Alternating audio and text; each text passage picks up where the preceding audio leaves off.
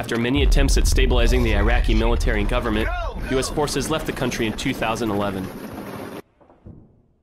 Sectarian violence rose to an all-time high, creating an uncontrollable environment for the Iraqi security forces to maintain.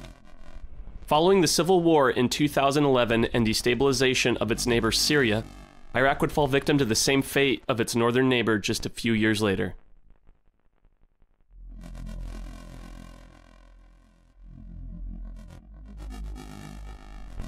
ISIS has a bankroll of over $2 billion, making it the wealthiest jihadist group in the world. During the ISIS invasion of Iraq, they looted the Iraqi central bank, where they gained much of their wealth. The question still remains: who was funding the organization before the Iraqi invasion, and why did Al-Qaeda break its ties with ISIS? Al-Qaeda has cut ties with an affiliate it says is too extreme. The terror group says it's not responsible for what the Islamic State of Iraq and al-Sham is doing in Syria. It's surprising in a sense because ISIS claims allegiance to Al-Qaeda. An expert on militant Islam at the Brookings Institution put it this way to the New York Times: ISIS is now officially the biggest and baddest global jihadi group on the planet. Nothing says hardcore like being cast out by Al-Qaeda. Still, it's a move that's likely been in the works for some time. As a writer for the Daily Beast notes, the group has been known to disobey. One of the reasons for the disavowal may be that al-Baghdadi's defiance was beginning to threaten al-Zawahiri's authority. But this is a jihadist group so extreme, even Al-Qaeda wants nothing to do with them. We're in a pretty scary place if Al-Qaeda is disavowing people for their violence.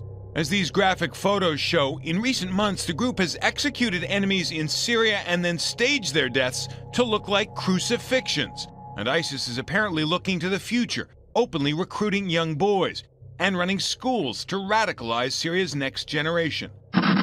The Islamic State in Iraq and the Levant, otherwise known as ISIS, has threatened to leave the city of Aleppo to the Assad regime unless rival rebel groups stop their attacks against the Al-Qaeda-affiliated group within 24 hours. An alliance of rebel forces calling themselves the Army of Mujahideen have reportedly inflicted significant losses against ISIS in recent days, as more moderate rebels try to retake the initiative from ISIS, which stands accused of imposing a reign of terror on territory it controls. Syria's main opposition movement, the Syrian National Council, yesterday endorsed their fellow rebels' fight against ISIS and called on all Syrian rebels who have joined the Al-Qaeda-linked group to abandon it and for ISIS leadership to be prosecuted. ISIS is led by Abu Bakr al-Baghdadi. He was once captured by American forces and spent 4 years in Camp Bucca in Iraq and was released in the year 2009. The U.S. did not consider him dangerous upon his release, but investigators have found very little information on who al-Baghdadi is, earning him the nickname the Ghost. He is an educated man with university degrees in Islamic studies and history. When or where he became radicalized is still unknown. His political ties and affiliations are also unreported, but a simple examination of his group's funding quickly reveals who is backing ISIS. And although it only represents a tiny minority of Muslims, its believers are far from minorities themselves.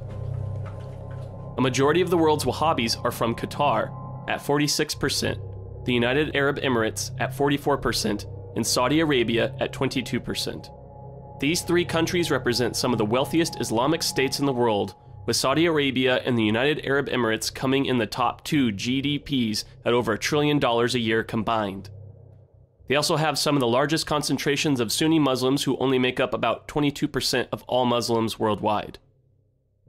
These three countries are also supposed allies of the United States and share a similar disinterest in Syrian President Bashar al-Assad and the Iranian government.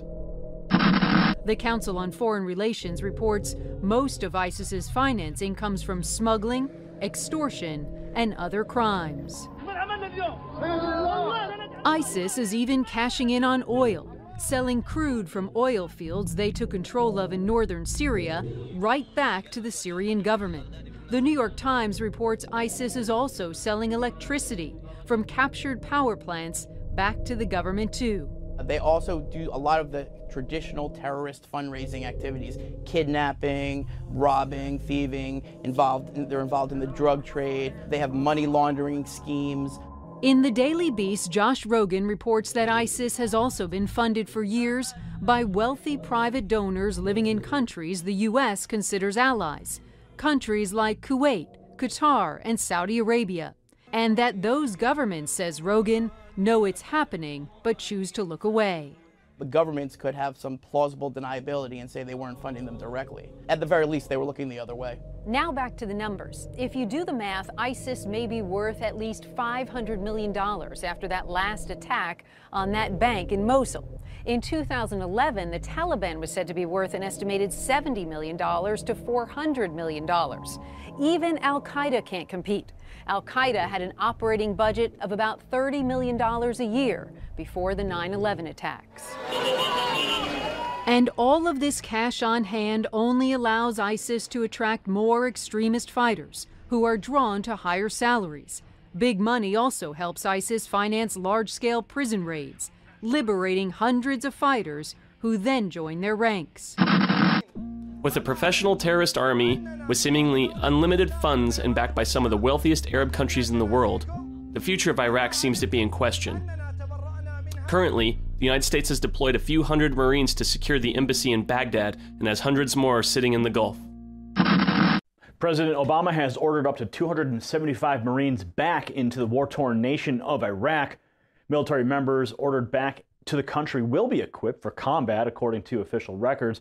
This follows gains made by the armed groups in the country, including a takeover of Mosul, the second largest city in Iraq. The government of Iran offered to assist Washington in military strikes against the militants, and this prompted the first discussions in a decade between the nations over a common security interest. While pundits discuss the future of Iraq from air-conditioned studios, many countries are appealing to the United States for intervention, including Iraq's own prime minister.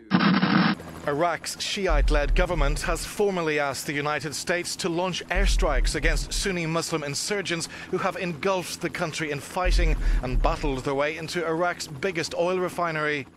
In a televised address, Iraq's prime minister called for his country's tribes to fight back against the Sunni militants.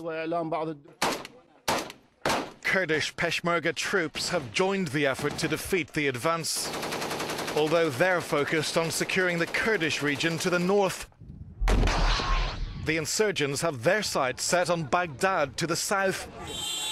These militant fighters are led by the Islamic State of Iraq and the Levant, which aims to build an independent Sunni Muslim emirate in the region.